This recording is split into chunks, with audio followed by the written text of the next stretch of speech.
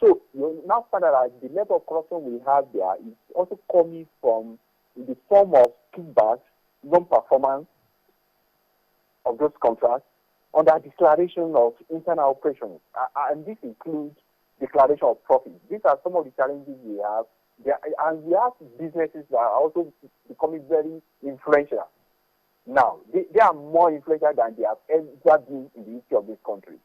So it's also a big concern that these political parties are not doing thorough analysis. That's where I'm going there is that look, when we talk about the influence of the businesses, if they are also the ones also doing the bulk of the money, the bulk of the resources that these political parties are using for their campaigns, that means they are also going to become more and more influential in the system after May 29.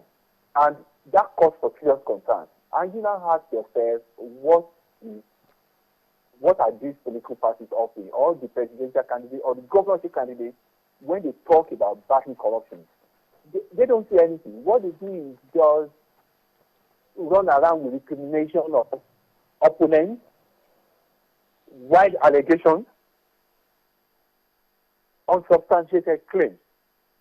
And the responses, their take on the issues is not coming from scientific analysis. And that's my concern. Okay. And I believe that it is also important for us to be very alert as civil society. And when I talk about civil society, I'm not talking about NGO. I'm talking about virtually everybody now. Being alert. Because let me also give you some of the frightening findings that we found out. When you talk about corruption in this country, and you have people who, whether they paid bribes at any point, and we interviewed almost 12,000 people, and you find a situation whereby for admission of children into school, just 52% of them have never paid bribes. For employment, only 40% have never paid bribes. You talk about the utilities as water, electricity, only 42% have never paid bribes.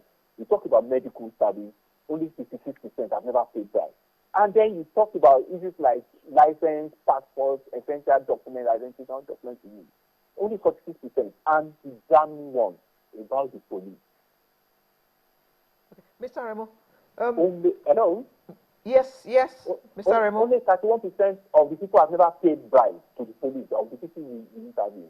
And these are the type of analysis we think will come into the documents that these political parties and their candidates will present and tell us how they are going to tackle the issue of corruption. But I'm not saying this. I've tried to look at the documents they present.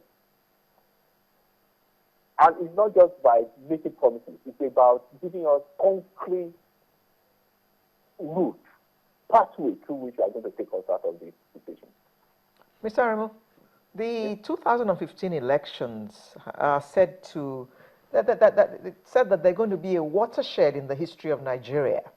Now, do you see these elections bringing any radical change that will bring us economic growth and political stability? Well, I want to be very optimistic. I want to be optimistic that there are going to be some changes. Whichever party comes in, either the major opposition party or the ruling party, the current ruling party, whichever one of them comes in, I think the thing is that things will never be the same again. And in terms of economic opportunities, because people are beginning to raise questions now. People are beginning to ask questions they've never asked before. And in the level of discussion, yes, there has been some concerns too about the temperament, about the nature, and the tendency to also ethnicize the issue. But what you also see is that the good side of it is that people are beginning to debate, people are beginning to raise questions. And you also find that at some stage, the political parties that are taking people for granted, that they thought it was business as usual, are beginning to make some shift. Where people are turned the campaign to what I would call Yeyenian traditions, where what they do is just dance around and they behave like motor park cows. Things are beginning to change. Okay. And they are beginning to pick up issues. Okay. And I think this is also going to affect a lot of things because people are beginning to learn to raise questions. That's where the hope is for me. Okay. But in terms of programs of the party, in terms of the statements that they've made, in terms of their promises, I'm not seeing something that is very, that I can jump on the roof and feel excited about. But Okay. I'm looking more from the side of the people, asking questions, listening questions. Okay. Mr. Remo, please stay with us. Let me just bring that same question to Mr. Chukwuma in the studio. Do you think that these elections are going to be earth-shaking for Nigeria? Is it going to change a lot of things? Is it going to change anything? Well, I wouldn't say it's shaking if you mean it in the terms of a revolution. But I think what we have seen over the past 16 years is that actually staying the course, identifying the problems and dealing with them advances our democracy than truncating it. Now, if you look at the campaigns, the two leading candidates in the presidential elections are actually admitting the mistakes they made and promising that if they get an opportunity, if you look at the Chatham House speech, which is a very inspiring speech from General Buhari, he said, I can't change the past, but I can change the present and the future. And what are those paths he was talking about?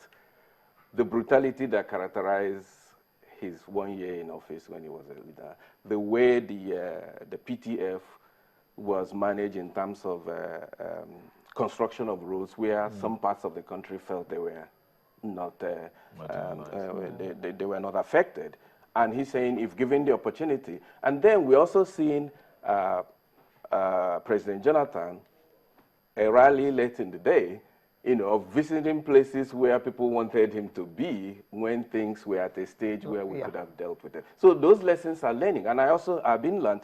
And I also agree that we shouldn't leave it alone in the hands of the parties and their candidates. Democracy is about the people, if you believe in that concept. The same momentum, the same pressure that people put on them that is galvanizing them to take people seriously now should not after the election. What happens the morning after? We should engage it. But for me, the decisive thing that has happened in this process that will bring about some changes is the fact that we now have national parties evenly matched that will make whoever is declared winner to know that it's a temporary thing if you don't deliver, because the opposition is strong now.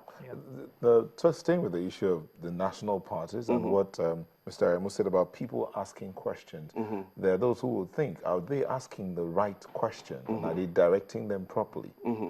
Well, no question is a bad question, but we can certainly improve on the quality of and the enlightenment that prevail the questions that we're asking. And we have multimedia channels now. There is no monopoly of communication, unlike in the past where you have to buy newspaper pages and pay a lot of money to place advert in television. Now, a carefully crafted social media campaign can penetrate Nigeria more than 1 billion spent on television, radio, and newspapers. With due respect to the industry, you need to earn money, but the field has been leveled now that anybody who can work hard and bring smart young people to help them in this can actually penetrate with their messages. So staying with smart young people, the 2014 Human Development Report, the latest since 1960, ranks Nigeria as 152 and out of the 185 countries. In the context of corruption and human development, what should be the focus post-2015 elections? We need to get back to what democracy is actually supposed to deliver to the people. Because if you ask me today, what is the major 21st century challenge facing Nigeria, I will tell you is the inequality. Inequality in the opportunities that are available to Nigerian people to actualize their God-given talents and entrepreneurial spirit. And where do we need to invest to reduce this level of inequality? In the area of educational attainment, in the area of health outcome, particularly the burden of disease that poor people carry in this country through out-of-pocket expenses